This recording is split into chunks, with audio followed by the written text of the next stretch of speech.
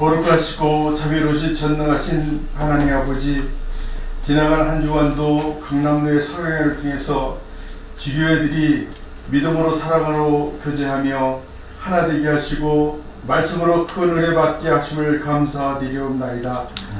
오늘 우리 교회가 설립 30주년을 맞이하여 기념 예배로 주님께 드리게 하시오니 참으로 감사를 드리옵나이다.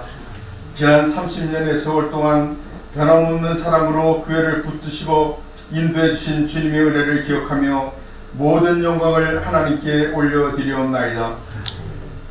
처음 교회를 세울 때의 믿음과 헌신을 기억하게 하시고 수많은 시간 속에서 눈물로 기도하며 섬겨온 목사님과 사모님, 그리고 선배 신앙인들의 수고를 잊지 않게 하시옵소서. 그대의 헌신 위에 오늘의 교회가 세워졌음을 깨닫고 또한 믿음의 계승자로서 맡겨진 사명을 잘 감당하게 하시옵소서.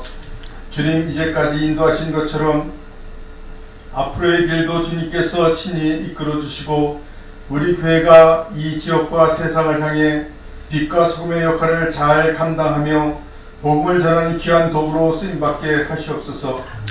사랑이 식어가는 이 시대 속에서 더욱 뜨겁게 주님을 사랑하고 이웃을 섬기는 공동체가 되게 하시옵소서.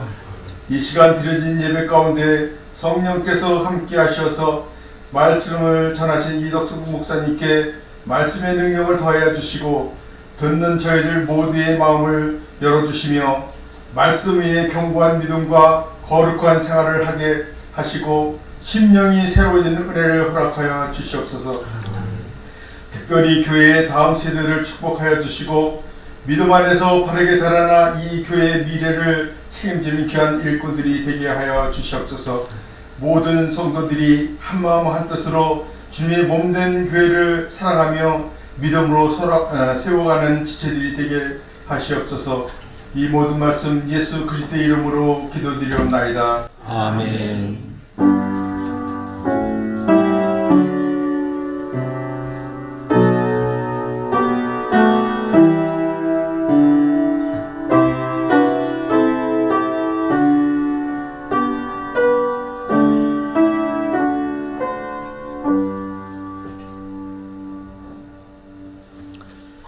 예, 이 시간은 특송 시간입니다.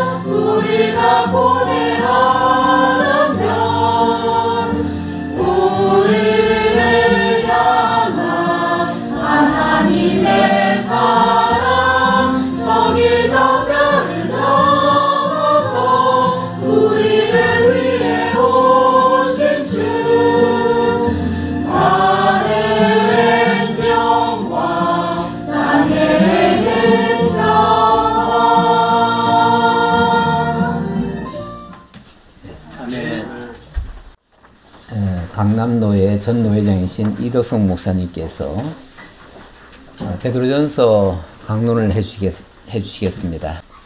이덕성 목사님은 로스 신학원과 총회신학교 졸업하시고 강남 노회장을 역임하시고 로스 신학연구원에서 연구위원으로 활동을 하셨습니다. 제 개척 초기에 청주 장로교회 부임해서 교회 성장이 상당히 이루어졌는데 그 이후에 말씀운동 소원교회를 또 개척하셔서 2008년부터 21년까지 담임 목사로 봉직하시고 은퇴를 하셨습니다. 저서는 백발 하나님께서 주신 면류관이 있고요. 그리고 이덕수 목사님과 저는 특별히 함께 안수를 받았습니다. 우리 강남노회에서 제3호 목사님이시고 저는 제4호 목사입니다. 예, 그렇게 해서 함께 안수받고 그리고 우리 교회에 우리 목사님께서 2번 사경회로 오셨습니다. 2009년도에 설립 13주년 기념 사경일에 오셔서 전도서를 강론해 주셨고요. 그리고 2017년에 또 설립 기념일에 21주년 설립 기념일에 오셔서 종교개혁 정신에 따른 교회 체제, 그때는 아마 우리 임직식이 있었을 거예요. 그래서 겸해서 그렇게 해주셨던 것 같습니다. 이번에 3번째인데 이번에는 베드로전서를 가지고 강론을 해주시겠습니다. 네, 나오시겠습니다. 예, 우리를 위해서 오신 예수께 축복이, 은혜가 이 시간도 함께 하시길 빕니다. 예, 우리 성리로 교회에 온 거는 뭐 그렇게 공식적으로 3차례 오는 거지만 여러 가지 행사 때 같이 얼굴을 뵙고 그랬어요. 그리고 30년 역사가 우리 동문으로서의 역사 또는 목회자의 동기로서의 역사, 거기에다 특히 교회의 아픔의 역사를 공감하고 공유하는 그런 동지이기도 합니다. 그래서 세상에 아픔을 같이 한 사람만큼 귀한 존재가 없어요. 우리 예수님의 고난의 참여가 곧 우리를 위해서 오신 주님이라고 고백하듯이 우리가 누군가를 위해서 함께 고난을 나누었다는 이야기는 생명을 같이 한 동지애가 우리가 함께 아마 있다고 생각이 듭니다. 그래서 아마 부부에도 그런 전우애 때문에 싸우고 그러면서 세월을 겪으면서 우리가 더 돈독해지는 그런 주님을 바라보고 살아가는 믿음의 역사가 아닌가, 이런 그 생각도 해봅니다. 일단 저는 뭐 은퇴가 돼서 공식적으로 이렇게 이제 설 기회가 별로 많지는 않습니다. 특별히 뭐 땜빵 할 때 베란가 뭐 설 목사님이 없다고 해서 30분짜리 폐회 예배에 뭐 등장한다든지 이렇게 되는데, 우리 목사님이 베드로전서를 가지고 특강을 부탁을 하시는데 되게 부담스러웠어요. 막 굳건한 믿음은 개인 영역이니까 뭐 부끄러울 게 없을 것 같아요. 그런데 이제 뒤에 분에 대한 것이 거룩한 생활 아닙니까? 거룩한 생활이라고 하는 그 이야기는 전부 상대적인 거예요. 우리 거룩한 믿음이라고 하는 거는 하나님께서 선물로 주신 거니까 많다고 자랑할 것도 없고 적다고 해가지고 부끄러울 것도 없어요. 왜? 주님께서 주신 선물이니까. 근데 이제 상호의 관계, 이 거룩한 생활이라고 하는 그 이야기는 내 하나만의 생활이 아니잖아요.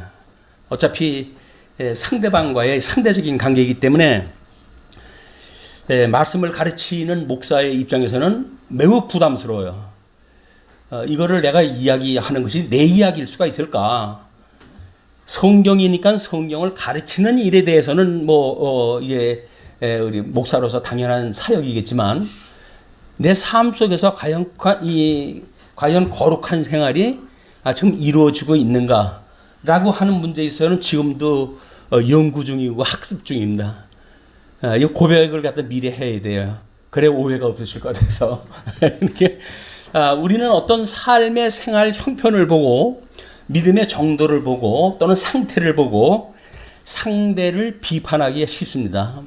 그런데 일단은 처에는 그 상태를 비판하기 전에 그 뿌리를 타고 들어가는 것이 중요한 것 같아요.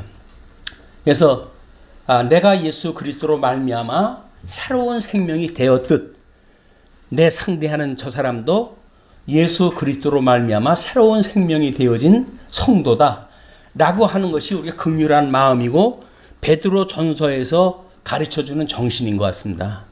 우리가 이런 것을 성경이 이렇게 말하기 때문에 이렇게 못하면 이거 어떡하지? 라고 하는 우려가 아니라 지금 베드로 전서를 기록할 당시에는 거의 뭐 64년서부터 67년 정도로 이제 이 학자들이 봐요. 왜냐하면 로마의 화재 사건이 65년에 일어났거든요. 근데 그 로마의 화재 사건으로 인해 가지고 네로가 이제 코너에 몰리게 되어지니까 정치인들의 특별한 특징이 있습니다. 어떤 사건을 무마하거나 또는 돌파하거나 또는 설득하거나 하려면 논리를 개발해요. 자기 나름대로 논리를 개발을 해요. 그래서 사람들이 처음 들으면 그럴듯해요. 다 자기네 논리에 의해서 만들어냈기 때문에. 근데 네로도 마찬가지였어요. 이것이 기독교인들이 이렇게 했다라고 하는 거짓 정보를 갖다 흘려가지고 가짜 뉴스가 뭐 전 로마 일대를 이제 돌아다닐 때입니다. 그렇기 때문에 예수 믿는 사람들의 신앙생활이 보통 어려운 게 아니었어요. 있는 자리에서 믿지 못하기 때문에 거철로 또 옮겨야 되겠고, 여기 지금 베드로가 편지를 갖다 했던 아시아 반도의 사람들도 마찬가지입니다. 자기가 그래도 근거지를 삼고 살던 그런 생활이 신앙생활을 못하기 때문에 피난살이 하는 사람, 나그네처럼 유리방황하는 사람, 이런 사람들이 상당히 많이 있었어요. 베드로가 이분들이 조금 있으면 순교를 당해야 돼요. 거꾸로 십자가에 못 박혀가지고 돌아가셔야 될 뿐인데, 그렇게 흩어져 있는 성도들이 안타까우니까 위로의 편지를 갖다 보낸 거예요. 격려의 편지를 보낸 거예요. 믿음만 확실히 너희들이 굳게 세운다고 한다면 거룩한 생활은 염려할 거 없어. 비록 너희들이 나그네 같은 삶을 산다 할지라도 나그네는 어디 근거지가 없는 사람들 아니에요. 그래서 그렇게 근거가 없이 그냥 그때그때를 모면어 사는 삶이 아니라 뿌리를 내리고, 비록 나그네 같은 삶이지만 너희들은 예수 그리스도의 뿌리를 박은 사람으로서 거룩한 생활을 해갈 수가 있어. 하나님이 너희들을 지금 잠깐 고난을 주는 것은 고난의 목적이 이래 금이나 은 같은 것들을 우리가 연단을 갖다 시켜야 이 재련이라고 하잖아요. 그렇게 찌꺼기가 없어지듯이 신앙생활도 마찬가지로 고난을 당해야 찌꺼기가 없어져요. 그러니까 이게 순수한 믿음이 가능하다는 이야기거든요. 그렇기 때문에 지금 베드로가 그렇게 위로를 갖다 합니다. 베드로도 그만큼 시험을 받았던 사람이거든요. 예수님 계셨을 적에는 나서기를 좋아하다가 예수님한테 핀잔도 듣고 그랬잖아요. 이제 너희들이 나와 함께 할 수 있겠냐라고 물어봤더니 나는 주님을 버릴 수 없습니다 하고 나섰다가 네가 오늘 저녁에 닭 울기 전에 나를 배신할 거야. 그래가지고 제자들 앞에서, 그래도 수제자였거든요. 그 제자들 앞에서 예수님이 포로로 끌려가시고 이제 그 고난을 당하는데 부정을 해요. 근데 야구께도 그때 닭이 웁니다. 그 울리는 닭 소리는 베드로의 아마 고통의 그 신음소리였을지도 몰라요. 우리들한테 그렇게 자연 세계에서 나타나는 현실 하나하나가 우리들에게 신금을 울릴 만한 그런 그 일들이 있어요. 우리가 세상이 그냥 인간들만 사는 것 같지만 그렇지는 않습니다. 우리 아까 이제 높은 별이라고 하는 그 찬송도 불렀지만 세상 우주 만물이 다 하나님의 섭리 아래에 있는 거거든요. 그래서 우리가 일반 계시적으로 이걸 볼 수가 있는 것이 우리들의 삶의 모습이에요. 자, 그러면 이제 베드로전서 본문에서 사도 베드로가 어떻게 우리를 위로하는지, 그 원천적인 뿌리가 어딘지 그거를 먼저 이제 소개를 갖다 해줘요. 그것이 우리 주보에 보시는 대로 1절, 2절은 주의 은혜와 평강이 있기를 축원하는 일이에요. 자, 거기 내용을 갖다 한번 보십시오. 예수 그리스도의 사도 베드로는 본도, 갈라디아, 가파도기아, 아시아와 비두니아에 흩어진 나그네. 이거는 뭐 어떤 학자들은 흑해로부터 해가지고 그 아시아 반도를 쭉 돌아가지고 로마로 가는 과정에 이 편지를 전해준 지역이라고 그렇게 이야기도 하는데 특별한 근거는 없답니다. 그냥 사학자들의 이야기예요. 그런데 2절이 곧 하나님 아버지의 미리 아심을 따라 성령이 거룩하게 하심으로 순종함과 예수 그리스도의 핏부림을 얻기 위하여 택가심을 받은 자들에게 편지한다. 편지의 대상이 보통 그 표현이 아니에요. 지금 성부 하나님의 작정과 성자 하나님의 그런 이제 그 이루실 일과 그다음에 성령 하나님께서 우리한테 인치실 삼위일체 하나님으로부터 너희들이 지금 현재 입장이 있다는 거예요. 그러니까 우리가 믿음을 이야기할 적에는 이렇게 가정적인 걸 보기가 쉽죠. 근데 과정적인 건 힘이 없어요. 그때 시간이 다르면 상황이 달라지고 그러니까. 그래서 우리 믿음의 뿌리는 삼위일체 하나님까지 가야 돼요. 그래서 죽게로 나와서 죽게로 만미암고 죽게로 돌아간다고 하는 이 세계관이 성도들의 신앙을 든든하게 만들어줍니다. 그것처럼 큰 위로가 없죠. 삼위일체 하나님 천지를 다 만드신 분께서 다 계획을 갖다 했고 성자 하나님을 일부러 보내주셔가지고 그걸 이루시고 그리고 성령 하나님을 보내주셔가지고 거기에 택한 사람은 택한 대로 버리기로 예정한 사람은 버리기로 예정한 대로 상급도 그 수준에 맞게끔 다 성령께서 하신다는 거예요. 그거를 먼저 전제를 다 하고 그리고 이제 그렇게 부름을 받은 성도들한테 편지를 다 하는 겁니다. 그렇기 때문에 그 편지하노니 은혜와 평강이 너희에게 더욱 많을지어다. 지금도 그 은혜와 평강으로 인해 가지고 고난을 피해 가지고 삶 자리를 갖다 옮기고 이런 사람들 아니에요. 그럼에도 불구하고 더욱 많을 거라는 거예요. 이 위로라고 한다면 굳은 믿음의 생활이라고 하는 이런 그 일은 이걸로 해 가지고 다 이미 전제가 되어진 거예요. 견고한 믿음이라고 하는 그거는 삼위일체 하나님으로부터 말미암은 거기에 있다. 이제 그렇게 해 가지고 3절에 주의 긍휼로 산 소망 주심을 찬송을 하죠. 자, 우리 주 예수 그리스도의 아버지 하나님을 찬송하리로다. 참 이 믿음의 사람들이 보는 세계관이 이렇습니다. 우리들한테도 그런 이야기를 해요. 항상 기뻐하라, 범사에 감사하라, 쉬지 말고 기도하라. 이것이 예수 그리스도 안에서 너희들을 향하신 하나님의 기뻐하신 뜻이다. 성도로 살아가는 삶은 상황이 어떻게 되든지 기뻐해야 되는 거예요. 그리고 범사에 감사하래요. 될 수 없는 일을 이렇게 명령을 할까요? 아닌 거예요. 기뻐할 이유가 따로 있기 때문에 그렇거든요. 지금 우리가 고난을 받는다고 할지라도 너희들이 이제 우리 제자들을 예수님이 파송을 보냈을 때 예수님 명령대로 갔다가 보니까 막 귀신들이 쫓겨나가고 그러잖아요. 예수님한테 와서 자랑을 해요. 예수님, 우리가 예수님 가르쳐준 대로 말씀을 전했더니 귀신이 막 쫓겨나고 그럽니다.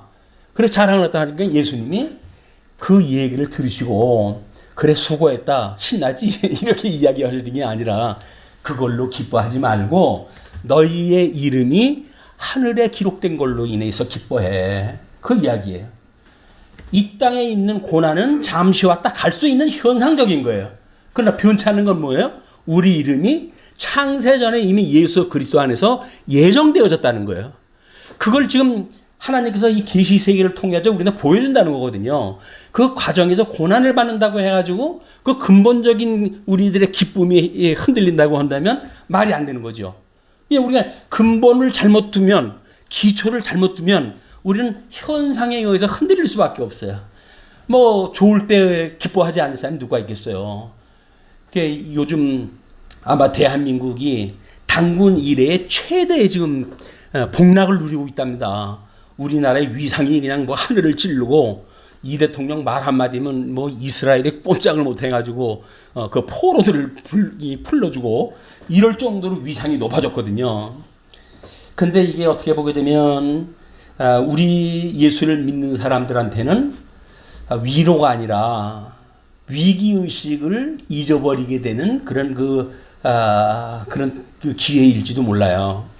왜냐하면 과거에 우리가 이렇게 가난하고 그래서 다 옆을 봐도 앞을 봐도 아파하고 배고파하는 사람들이 다 우리들하고 함께 있으니까 내가 배고픈 거를 그렇게 서럽게 여기지는 않았어요. 왜? 다 지금 우리 민족들이 그러고 사니까. 그래가지고 열심히 허리띠를 우리가 동요 매고 그 어려운 시절을 보냈거든요. 그때는 사회적 갈등이 이렇게 많지 않았어요. 그런데 사단이 전략을 바꿉니다. 얘네들은 이제 배고픈 거 지나면 잘 살고 이렇게 하는 걸 가지고 하나님 은혜라고 해가지고 하나님 앞에 예배드리고 모든 걸 하나님 앞에 돌리지 몰라. 그러니까 우리 얘네들한테 있는 대로 이제 먹는 거 부족하지 않게 해주자. 그래서 지금 우리 뭐 이 주식시장 난리가 났잖아요. 8천을 갖다 목전에 두고 뭐 이렇게 갈 정도로. 이거는 시작했던 사람도 꿈도 못 꾸던 일이에요. 근데 이게 웬일입니까 이게? 대한민국에 이렇게 주식시장이 이렇게 될 줄 누가 알았겠어요? 다 뭐 그 꿈도 못 꿨어요. 그거 처음 이야기했을 때 정신 나간 사람이라고 이야기할 정도였으니까. 근데 현실로 됐잖아요. 뭐 그 주식이 많다고 해도 내 주물이 들어오는 건 없어요. 근데 왠지 뿌듯해요. 우리나라 그래도 괜찮네. 앞으로 소망이 있네. 이렇게 살아갈 거 아니에요? 그럼 우리가 소망을 하나님만 뱉는 것이 아니라 환경에다 주기 시작을 하는 거예요, 이제. 그냥 성도들의 믿음이 흔들리기 가장 좋은 때가 배부르다고 할 때예요. 아무 근심, 걱정 없다고 할 때예요. 우리한테 위기가 없으면 그렇게 심각하게 고민하지는 않습니다. 신앙생활도 마찬가지예요. 신앙생활이 어려움이 없으면 하나님한테 매달릴 이유가 없어요. 왜? 하나님 없어도 잘 먹고 잘 사는데 뭐. 하나님께서 그나마 우리들한테 은혜로 붙들어주는 방법이 환난 속에 잠시 맡기시는 거예요. 그것이 아마 음침한 골짜기일지도 몰라요. 시편 기자가 이야기했듯이 그런 음침한 골짜기가 우리가 거기서 머물 곳이 아니라 쉴만한 물가로 푸른 초장으로 인도하시기 위한 과정이란 말이에요. 그것이 예수 그리스도의 죽으심과 부활이라고 하는 두 통로예요. 예수님의 죽으심을 모르고 부활만 노래할 수도 없고 또 부활을 무시하고 죽으심만 강조할 수도 없잖아요. 그 재미난 그 십자가의 사건이 있는데 천주교의 십자가는 아직도 예수님이 매달려져 있는 십자가를 그려 있죠. 개신교는 빈 십자가만 있어요. 그래서 개신교는 부활한 십자가를 보고 아직도 천주교 사람들은 예수님이 고난당하는 십자가를 갖다 믿는다고 하는 그런 해설을 갖다 하기도 합니다. 왜냐하면 현실적으로 자기네들의 십자가 표가 그렇게 되어져 있으니까. 그래서 아마 어떻게 보게 되면 천주교 사람들은 매일 어찌할꼬 하는 것이 더 심각할 수도 있어요. 왜? 예수님이 아직 십자가에 있는 예수님을 보고 신앙생활을 하니까.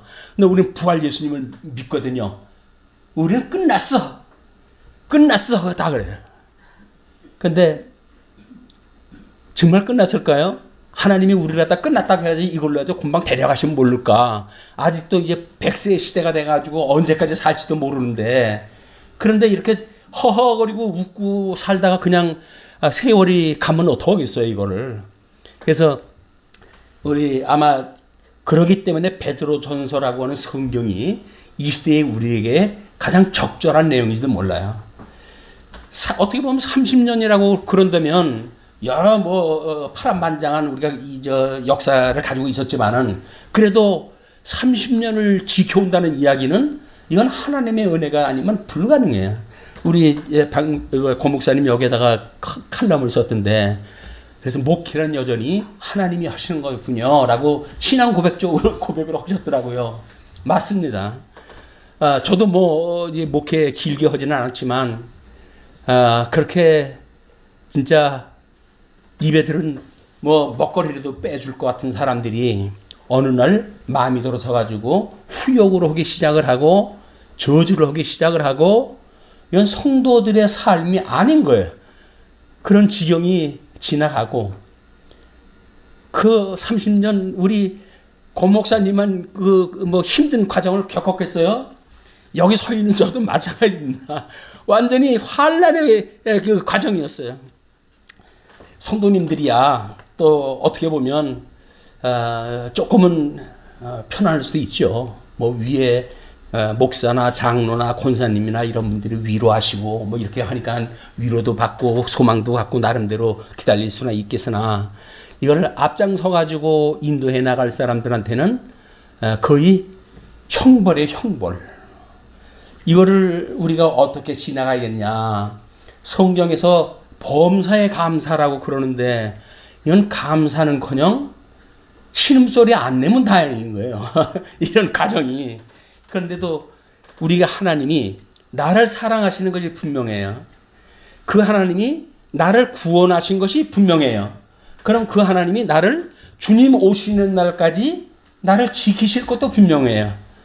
그렇게 믿어지는 것이 우리가 전인적으로 믿는 거예요. 이제 삼위일체 하나님을 처음서부터 끝까지 그분을 믿고 그분이 부르신 것도 그분이고 나를 이렇게 성도를 되게 한 것도 주님이고 그분께서 나라 이 환난을 주신 것도 주님이고 어떤 형벌의 이 과정을 겪고 하나님 앞에 위로를 해 주실 것도 주님이라고 하는 것이 믿어지는 것, 그게 믿음의 세계이거든요.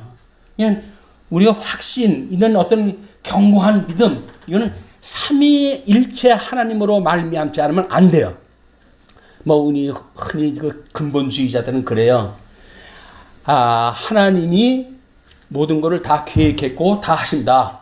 그러니까 너희들은 염려할 게 없어. 이 근본주의자들이 가지고 있는 생각이거든요. 회교권 사람들이 폭탄을 짊어지고 불구덩이로 뛰어들어갈 수 있는 용기가 어디서 날까요?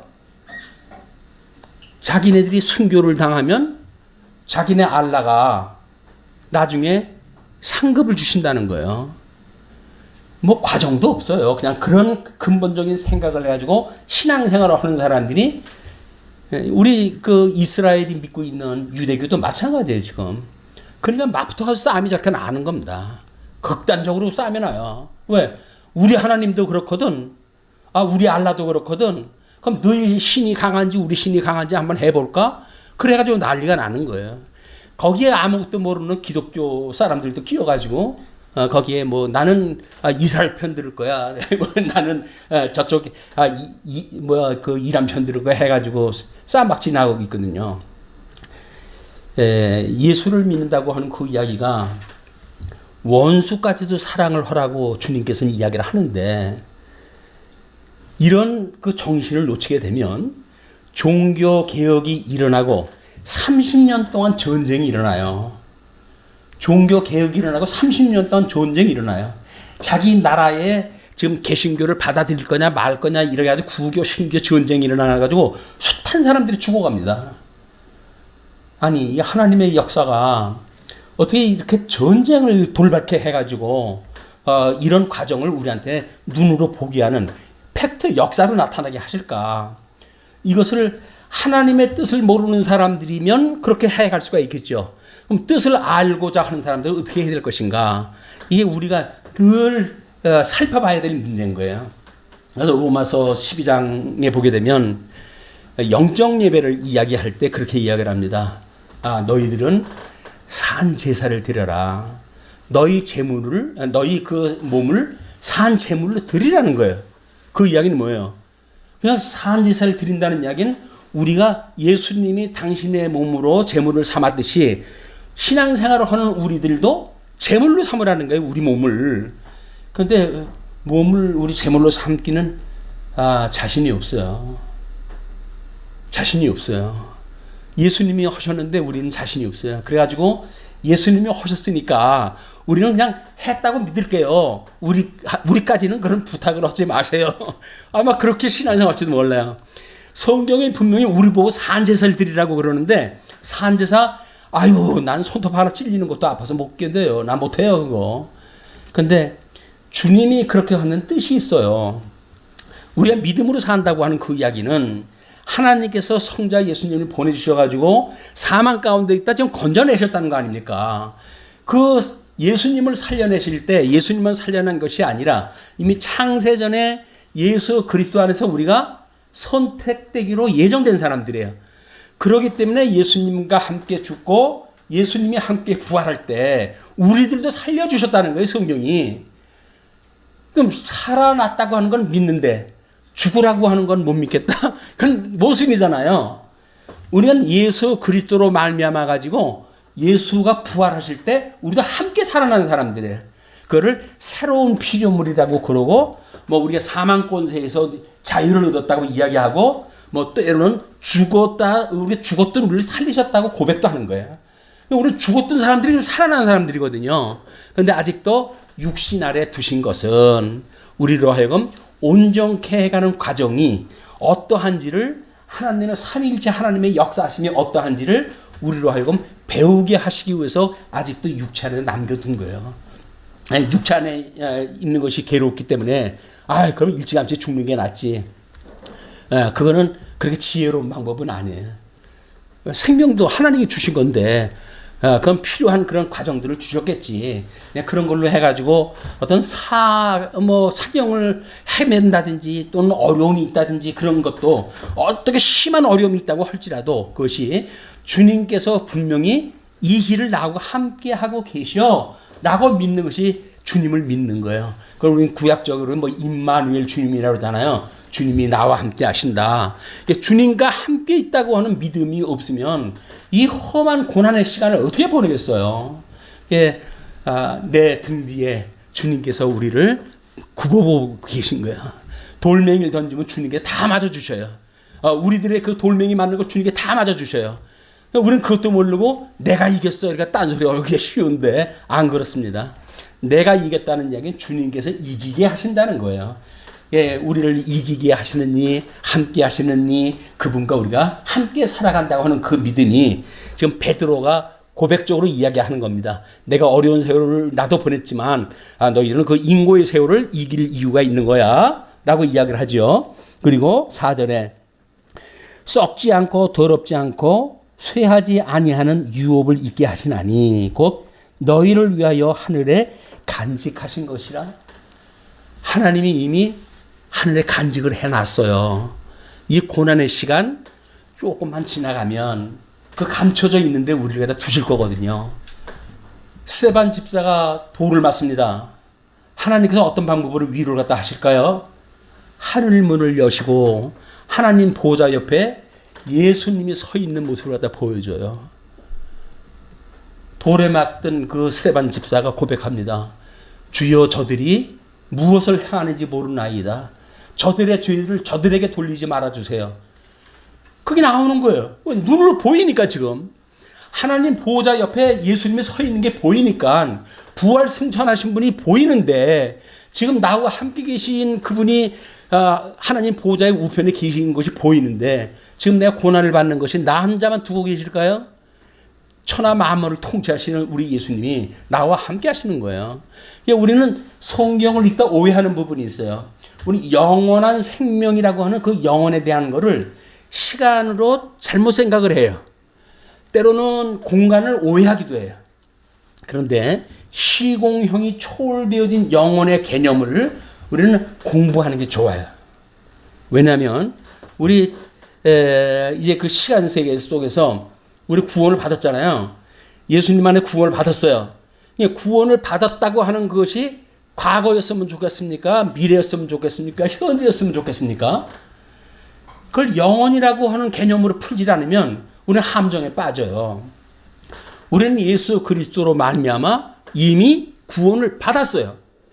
이미라고 하는 이 관점으로 봤을 적에는 이미 우리가 구원을 받은 거예요. 그러나 아직이라고 하는 개념으로 보면 아직 도래하지 않은 시간의 개념으로 보면 거기 미치지 못했잖아요, 아직. 근데 이미 받았다고 하는 걸 가지고 다 끝났다고 막장을 갖다 치는 사람들이 있고 또 아직 그 이루어지지 않았다고 하는 걸로 해가지고 이제 이게 내가 뭐가 잘못되는 거 아니냐? 라는 걸로 고민을 했다 하는 거란 말이에요. 근데 그렇지가 않다. 우리는 이미와 아직이라는 갈등 속에, 긴장 속에 살아가는 성도들이, 그것이 육신의 장막을 벗는 시간이에요. 성화되어져 가는 시간이에요. 예수님을 믿고 예수님의 형상을 닮아가려고 한다면 이미로서부터 아직까지 그 시간 세계를 거쳐야 돼요. 이건 우리 필수적인 과정이에요. 그런데 그거를 이미에 머물러 가지고 해석을 해가지고 구원파적인 논리가 나오기도 하는 거거든요. 끝났어요, 그 사람들은. 근데 성경에 보면 섭다함도 아니고 이롭다함도 아니라고 그러잖아요. 그 이야기는 뭐예요? 넘어질까 조심하라 그러는데 그건 구원이 물러질 수 있다는 얘기야?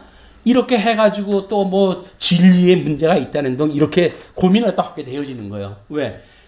이렇게 여러 가지 영역을 통해 가지고 성경은 설명을 하고 있는데 우리는 어떤 한 부분만 듣고 배우고 그게 절대화가 되어지니까 나머지 거하고 모순이 자꾸 일어나는 거예요. 근데 성경은 모순이 일어날 수 없어요. 삼일째 하나님이 해가시는 건데 그러면 거기에는 우리가 오해를 갖다 하면 오해의 부분이 있을지는 몰라도 성경 자체에 모순은 없다. 뭐가 모순이 생각난다 하면 성경을 보셔야 돼요. 성경을 확인하다 하셔야 돼요. 그러면 거기서 답이 나와요. 그렇기 때문에 성경이 이미 2000년 전에 다 기록된 성경인데 그걸 뭐 이 시간에도 읽으라고 그럽니까? 구원받은 사람들한테. 그 이야기는 거기에 우리들이 모순으로 여기는 답이 있기 때문에 그렇습니다. 우리가 이미 받았다고 하는 그런 것도 여기에 들어있고 아직이라고 하는 것도 여기 들어져 있는 거거든요. 지금 4절의 이야기가 그거에 바로 4절의 이야기가 영원한 유업을 있게 하심을 찬송하다 해요. 유업이 뭡니까? 하나님 앞에 유업을 받는 게 뭐예요? 유산으로 받는 게 유산. 우리가 하나님 아들 아니에요. 딸들 아니에요. 그럼 하나님 아들 딸이니까 세상 부모님도 돌아가시면 유산을 물려주는데 우리 아버지가 왜 안 주시겠어요? 그걸 주시겠다는 거예요. 그거를 이 베드로가 아니까 찬송하다 하는 겁니다. 고난을 받는 사람들 앞에 너희들 이 유업을 이제 하나님께 주실 거야. 그 유업을 보면 어지간한 고민은 참을 수 있으시겠죠. 인내하실 수 있으시겠죠. 내다 보니까 소망의 이걸 내다 보니까 우리 지금 이 성리로 교회가 옛날에 그 소망교회라는 거 아시죠? 소망교회. 소망이 있는 교회였어요. 예수를 믿는 사람들한테 사도 바울은 그러잖아요. 믿음, 소망, 사랑은 항상 있을 것인데 그 중에 제일은 사랑이다. 그러면 믿음, 소망, 사랑이 항상 있으니까 한꺼번에 지금 존재하는 거 아니에요? 그런데 그 중에 왜 제1을 사랑이라고 할까? 제1의 사랑은 가시적인 영역 속에서 일어나는 거예요. 믿음은 불가시적인 영역이겠죠. 소망은 하나님의 원래 뜻이거든요. 그러니까 이걸 영역별로 나눠가지고 해석되지는 않으면 믿음이 우선이냐, 사랑이 우선이냐, 소망이 우선이냐 이거 가지고 우리가 논할 수가 있겠죠. 그런데 그 사도 바울은 사랑이 제일이래요. 사랑. 왜? 아무리 믿음이 있다고 하더라도 눈에 보이는 세계 속에서 사랑으로 보여야 될 거 아니겠어요. 사랑을 내보이지 못하면서 믿음이 있다? 그게 거짓말이라는 거예요. 그게 야고보가 그러는 거예요. 너희들 사랑이 있다고 믿음이 있다고? 믿음 나한테 보여봐. 내가 사랑을 보일게. 이렇게 이야기를 하잖아요. 근데 그걸 전체를 모르게 되면 이건 말도 안 되는 거예요. 야고보는 말도 안 되는 거예요. 그 유명한 종교 개혁자 루터가 그 야고보서를 자기의 믿음과는 전혀 반대되는 이야기를 하는 것 같은 거예요. 그래가지고 지푸라기 복음서라고 이야기할 정도로 그런 오해를 했다 하는 거예요. 그렇게 뜨거운 사람도 성경을 오해하게 되면 성경의 진리를 갖다 분별을 못해요. 근데 우리가 이 사랑이라고 하는 것은 눈에 보이는 거예요. 현실 속에서. 이건 거룩한 우리 생활 속에서 이제 논하기로 하고 여기서 다음번에 넘어가면 이제 이렇게 이야기를 합니다. 시험 중에서 기쁨. 어려운 과정이에요. 왠지 좀 넘어가고 싶은 그런 과정인데 5절에 이렇게 이야기를 합니다. 그러므로 너희가 이제 여러 가지 시험으로 말미암아 잠깐 근심하게 되지 않을 수 없으나 우리들한테 환난은 이 환란의 과정은 없을 수 없는 거래요. 아, 이건 필수 코스로구나. 우리 공부를 갖다 하려면 이 필수 코스를 밟아야 되는구나. 이렇게 전제를 갖다 해야 마음의 다짐이 돼요. 여기서는 마음의 허리를 동이라고 그랬는데, 아, 이건 필수 과정이네. 이건 우리 어떻게든지 통과해야 되는 과정이야. 그럼 마음에 우리가 이 띠를 갖다 띠고 동이고 그렇게 해야 될 그런 과정입니다. 그렇게 됐을 때 너희 마음의 확실함은 불로 연단하여도 없어질 금보다 더 귀하여. 이 금을 재련할 때 필수적인 가열하는 그런 그 과정이 필요하기 때문에 그거보다 더 귀하기 때문에 예수 그리스도께서 나타나실 때에 칭찬과 영광과 존귀를 얻게 할 것이니라. 우리 아직이라고 밀어놨던 예수님 재림을 때요. 말세라고 하는 것을 예수님 초림으로부터 재림 때까지는 말세라고 그럽니다. 근데 우리 초림 예수를 믿고 구원받았다고 끝났다고 이렇게 이야기를 하잖아요. 아니에요. 말세는 저 예수님 오실 때까지예요. 이 예수님 오실 때까지의 그 일을 이야기를 하는 거예요, 지금. 그래서 그렇게 나타나실 때에 칭찬과 영광과 존귀를 얻게 할 것이니라. 예수를 너희가 보지 못하였으나 사랑하는도다. 베드로는 지금 12제자 중에 하나니까 그 지근거리에서 예수님을 봤던 사람 아닙니까? 예수님이 그리스도라고 하는 건 또 자기가 신앙 고백까지 했던 사람이에요. 주는 그리스도시요 살아계신 하나님의 아들입니다. 그랬더니 예수님께서 시몬아 너 잘 말했다. 그것이 너가 말했던 신앙 고백 후에 음부의 권세가 무너뜨리지 못할 교회를 세울 거야. 라는 약속을 직접 했거든요. 그러니까 교회 생활 중에 어려움이 있어도 음부의 권세가 무너지지 못하게끔 주님께서 하신다고 그래서 직접 말씀하는 걸 믿을 거 아니겠습니까? 근데 다른 사람들은 복음만 들었지 베드로가 그렇게 고백적으로 했던 것, 언약적으로 받았던 것 이런 것들에 대한 정보가 없어요. 다만 제자들을 통해서 이야기를 들었을 때 그런 믿음을 가지고 간접적으로 들은 그런 경험이 있지만 그렇기 때문에 너희가 예수를 너희가 보지 못하였으나 사랑하는도다. 이제도 보지 못하나 믿고 말할 수 없는 영광스러운 즐거움으로 기뻐하니. 예수님을 믿는다는 이야기는 사실 어려운 일일 수가 있어요. 도마가 예수님 부활했을 때 예수님이 부활하셨대. 그랬더니 에이 거짓말하지 마. 죽는 걸 내 눈으로 봤는데. 그랬더니 아니야 봤어. 나는 그 옆구리에 내 손가락을 찍어가지고 확인하기 전에는 난 못 믿어. 라고 이야기를 했어요. 근데 예수님이 짠하고 나타난 거 아니에요. 그 도마가 있는데 짠하고 나타나셨어요. 왜? 그분이 시공형을 초월하시는 분이니까 이제 부활해가지고 나타나셔가지고 너는 본 거로 믿느냐? 보지 못하고 믿는 자들이 복이 있도다. 우리 예수님 돌아가신 건 태어난 것도 못 봤어요. 십자가에 돌아가신 것도 못 봤어요. 부활하신 것도 못 봤어요. 근데 우리가 왜 복이 있는 자예요? 보지 못하고 믿으니까. 보지 못하고 믿는 것처럼 이 특별한 사람들은 없습니다. 본 거 믿는 사람은 누군 못 믿어요. 본 건 다 믿지. 근데 보지 못한 걸 믿는 거는 특별한 은혜로 주시지 않은 사람들 아니면 안 되는 거예요. 그럼 우리는 특별한 존재들인 거예요. 특별한 존재. 삼위일체 하나님께서 다 계획하신 대로 해가지고 우리를 특별히 너는 내가 영원히 너와 함께 할 거야 라고 약속을 받은 사람들이라는 거예요. 그냥 언약하신 분이기 때문에 그걸로만 우리가 믿어지는 게 아니라 주님께서 우리들한테 내가 너와 함께 할 거야. 그래서 내가 죽었다가 죽을 때 너의 모든 죄를 안고 내가 죽을 거야. 그리고 내가 부활할 때 너를 새로운 생명으로 드러나게 할게. 새 생명이 새 생명. 예수님으로 인하여 새 생명을 받은 사람들은 세상의 진짜 가치와 가짜 가치를 구분을 지라래. 근데 세상 사람들은 자꾸 미혹을 하잖아요, 우리한테. 야, 믿는 데는 사람이 어떻게 그러고 사니? 나는 믿지 않는데도 불구하고 수억을 벌었는데 난 믿는다고 하면서 어떻게 허능한 사업이 망하니? 이래가지고 약을 올리고 그래요. 그렇게 했을 때, 야, 우리 주님 오실 때 보자. 그런 믿음은 있어야 되네, 우리가. 예, 그래. 우리 주님 오시는 날 보자. 세상에 썩을 게 뭔지, 영원히 썩지 않을 것이 뭔지, 야, 뭣도 분별하지 못하는 미련한 사람아, 예수를 믿게. 그런 사람한테 예수를 소개를 갖다 하고 싶은 마음이 될 거 아니겠어요? 형편이 좋아가지고 형편없는 사람을 깔보는데 그 깔봄을 당하는 사람이 그 깔보는 사람한테 여보게 예수 믿고 구원받으게 이렇게 이야기할 수 있는 게 전도예요. 전도.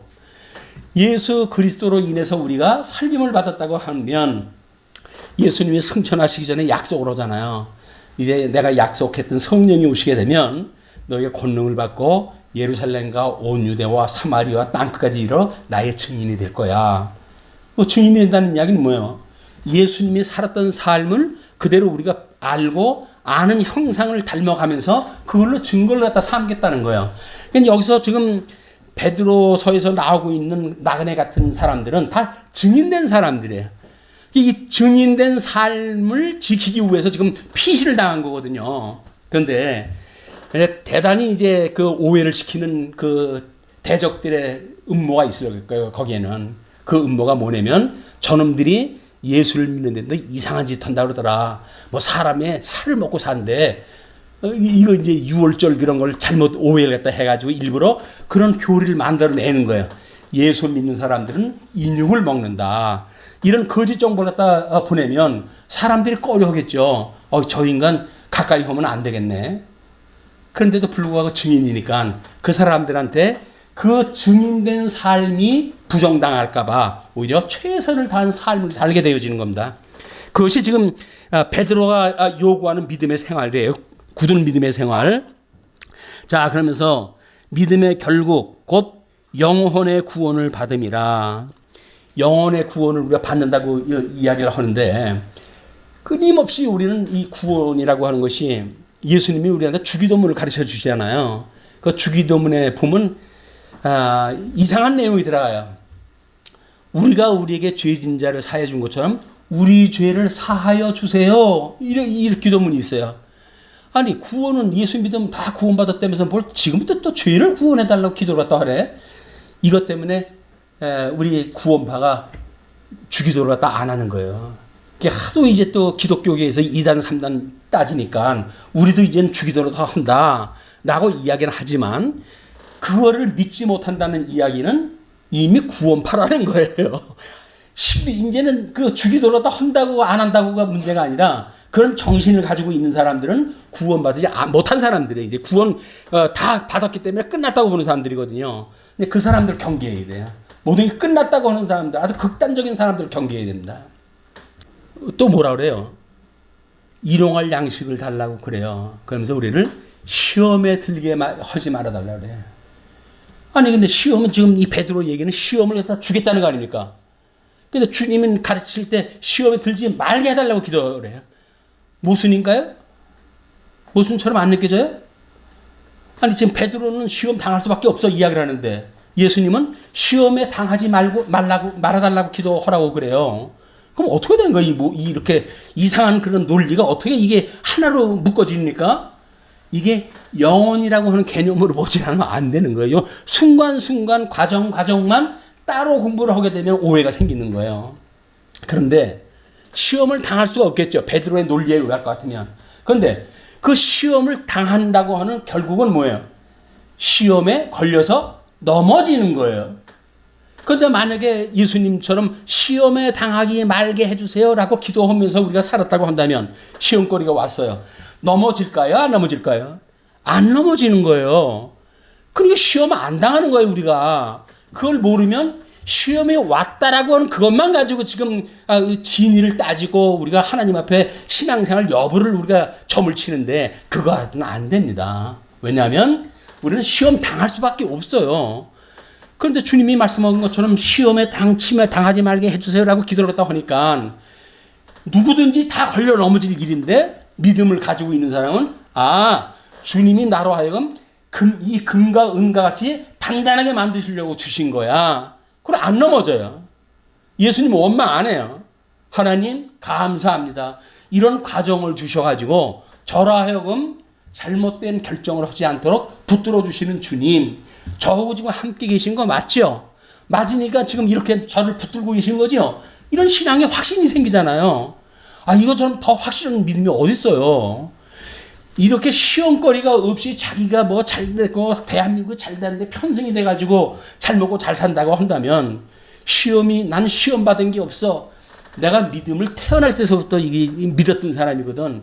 하나님께서 내가 얼마나 기도 생활을 갖다 잘하는지 복을 주셔가지고 시험거리 하나도 없이 내가 무사하게 여기까지 왔어. 아들 딸들 훌륭하게 자랐지. 인류대학 들어갔지. 거기서 유명한 대기업에 취업했지. 뭐 누구한테 꿀릴 게 없어요.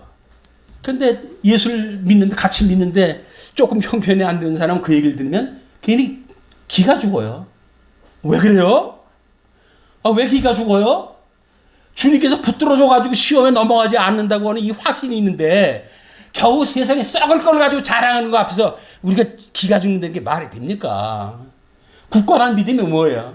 썩을 거에 우리 속지 않는다는 거예요. 적어도 우리는 썩지 아니할 것을 바라보고 사는 사람들이기 때문에 그게 우리들의 굳은 믿음이에요. 성도들이 30년 됐는데 부흥이 안 돼가지고 적다고 고민하십니까? 안 그래요. 얼마나 깊이가 있느냐가 문제지 하나님 나라에는 수에 있지 않다고 그랬어요.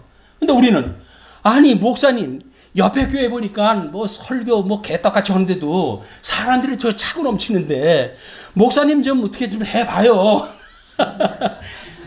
목사님이 하나님입니까? 목사님한테 그걸 이야기를 하게? 아쉬운 분이 전도지라도 더 돌리시든지.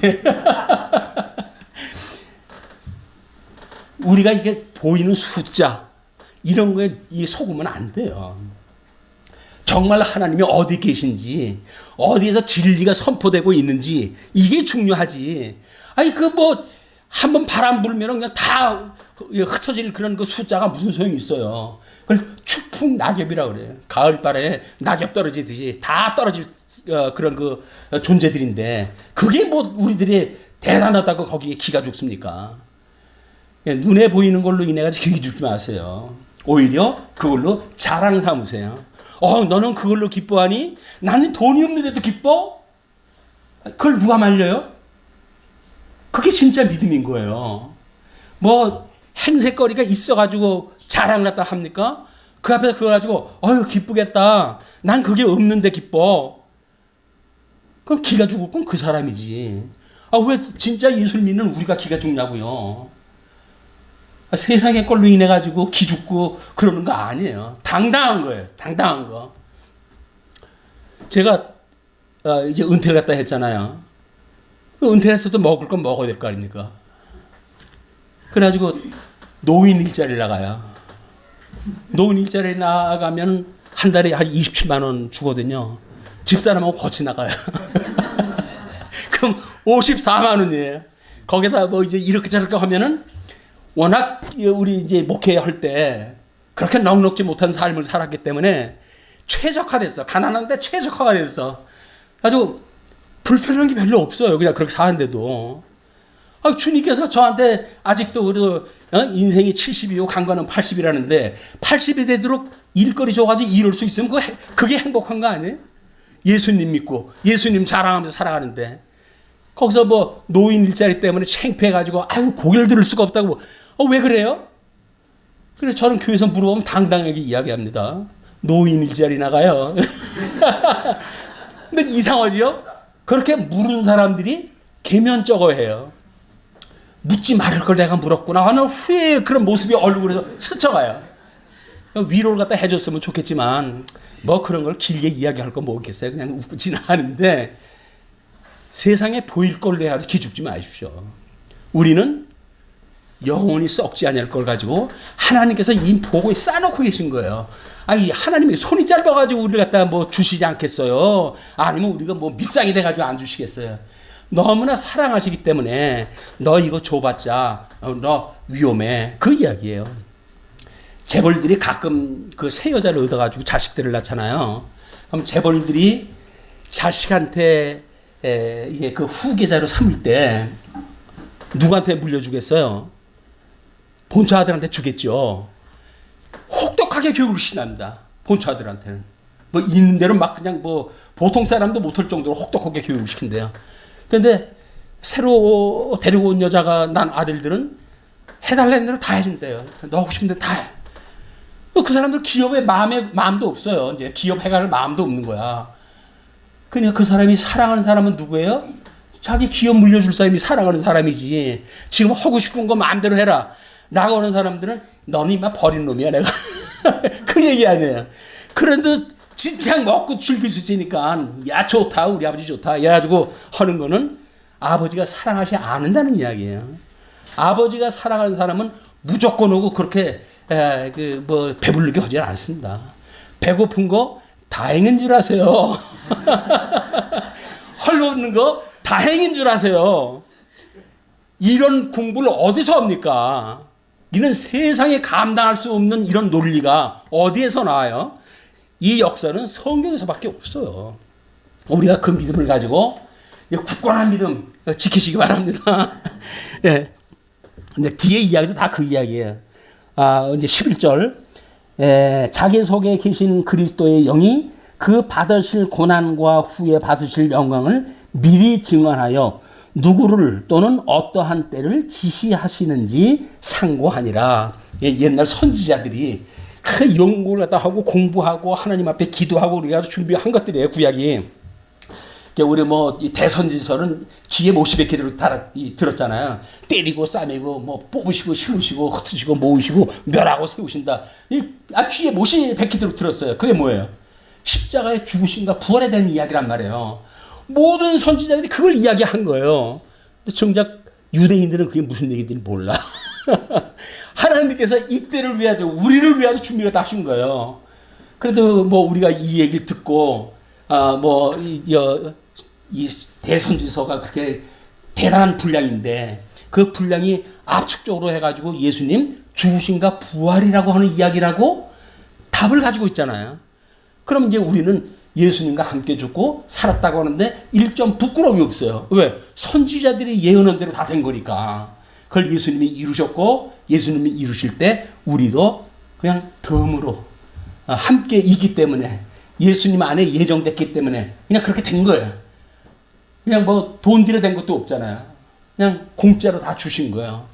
예수님 살리실 때 부활할 때 우리도 살리셨다. 네, 그런 그 이야기를 딱 하는 겁니다. 자, 그 기록 건대를 보게 되면 16절 기록되었을 때 내가 거룩하니 너희도 거룩할지어다 하셨느니라. 외모로 보시지 않고 각 사람의 행위대로 심판하신 이를 너희가 아버지라고 부른즉 너희가 나그네로 있을 때의 두려움으로 지내라. 어떤 자를 심판하신대요? 여기서 우리를 갖다 부르신 분이 각 사람의 행위대로 심판하신대요. 아니 믿음대로 구원하신다며 행위대로 또 여기서 구원한다면 우리 어떻게 해요 이거? 그런데 믿음이라고 하는 건 열매가 있는 거지. 믿음에 덕을 더하고 덕에 지식을 더하고 지식에 절제를 더하고 이건 저번에 사경에서 한 이야기니까 생략하고 그렇게 하라는 거예요 그거에. 아니 믿음으로 구원받았으면 끝났지 뭘 더해요 더하기는. 그래서 사랑의 궁극적으로 가기까지는 여러 과정이 있는 겁니다. 거의 얄팍하게 우리는 그냥 공짜로 구원받았어. 이거는 어린아이들한테 주는 얘기고 조금 성장해 가면 점점 숙성되어진 이야기를 듣게 되어지니까 끊임없이 성경을 우리가 상고하는 거예요. 자, 너희가 알거니와 너희 조상이 물려준 헛된 행실에서 대속함을 받은 것은 은이나 금같이 없어질 것이로 된 것이 아니요 오직 흠없고 점없는 어린 양 같은 그리스도의 보배로운 피로 된 것이라. 그는 창세로부터 미리 알림 받으신 이나 이 말세에 너희를 위하여 나타나신 바 되었으니 너희는 그를 죽은 자 가운데서 살리시고 영광을 주신 하나님을 그리스도로 말미암아 믿는 자니 너희 믿음과 소망이 하나님께 있게 하셨느니라. 너희가 진리를 순종함으로 너희 영혼을 깨끗하게 하사 거짓이 없이 형제를 사랑하기에 이르렀으니 마음으로 뜨겁게 서로 사랑하라. 너희가 거듭난 것은 썩어질 씨로 된 것이 아니요 썩지 아니할 씨로 된 것이니 살아있고 항상 있는 하나님의 말씀으로 되었느니라. 진리로 그렇게 되어진 겁니다. 그러므로 모든 육체는 풀과 같고 그 모든 영광은 풀의 꽃과 같으니 풀은 마르고 꽃은 떨어지되 오직 주의 말씀은 세세토록 있도다 하였으니 너희에게 전한 복음이 곧 이 말씀이라. 으스어질 그런 그 풀, 꽃 이런 것이 아니라 영원한 그런 말씀으로 우리가 지금 여기까지 왔으니 힘내라. 이런 격려를 갖다 해주는 겁니다. 12절까지 오전에 있는데 그래서 맞춰야 되겠죠. 여기서 1장으로 뭐 해가지고 일단 마치고 2장서부터는 다음 시간에 빠른 속도로 해가지고 진행을 하겠습니다. 기도하시죠. 자비로우신 하나님 아버지 은혜를 감사합니다. 저희들이 무엇이간데 이런 환난의 시간에 위로의 말씀을 주시고 구원한 자로 오히려 하나님 앞에 기뻐하며 감사하며 쉬지 않고 기도하도록 하시는지 아버지 감사합니다. 우리 30주년 맞이하는 소망교회 후에 하나님의 그 크신 은총이 늘 함께 하셔서 시작하신 분께서 끝나는 날까지 여전히 지키시고 온전케 하여 주시옵소서. 우리를 구원하신 우리 주 예수 그리스도의 이름으로 기도하옵나이다. 아멘. 사실 사경이라고 하면 성경을 자세히 살피는 건데 사실 이 2시간 드리고는 다 해달라고 하는 저희가 욕심은 욕심이죠. 그래도 우리 목사님 워낙 이게 전체적으로 이렇게 보시는 눈이 좋으셔요. 그래서 성경을 짧은 시간이지만 전체를 압축해서 또 잘 해주셔서 흔쾌히 하실 수 있다고 말씀해 주셨고 또 그렇게 해주시리라 믿습니다. 사실 오늘 이제 서론 부분이 아무래도 성경은 초반이 좀 시간이 많이 걸립니다. 서론이 그렇고요. 그 뒷내용은 여기에 이제 기초해서 어떻게 적용이 되어지는가 하는 내용이기 때문에 그렇게 충분히 감당해 주시리라 믿습니다. 하나님 아버지의 미리 아심을 따라 성령이 거룩하게 하심으로 순종함과 예수 그리스도의 핏부름을 얻기 위하여 택하심을 받은 자들에게 성삼위 하나님의 은혜와 평강이 영원토록 함께 있을지어다. 아멘.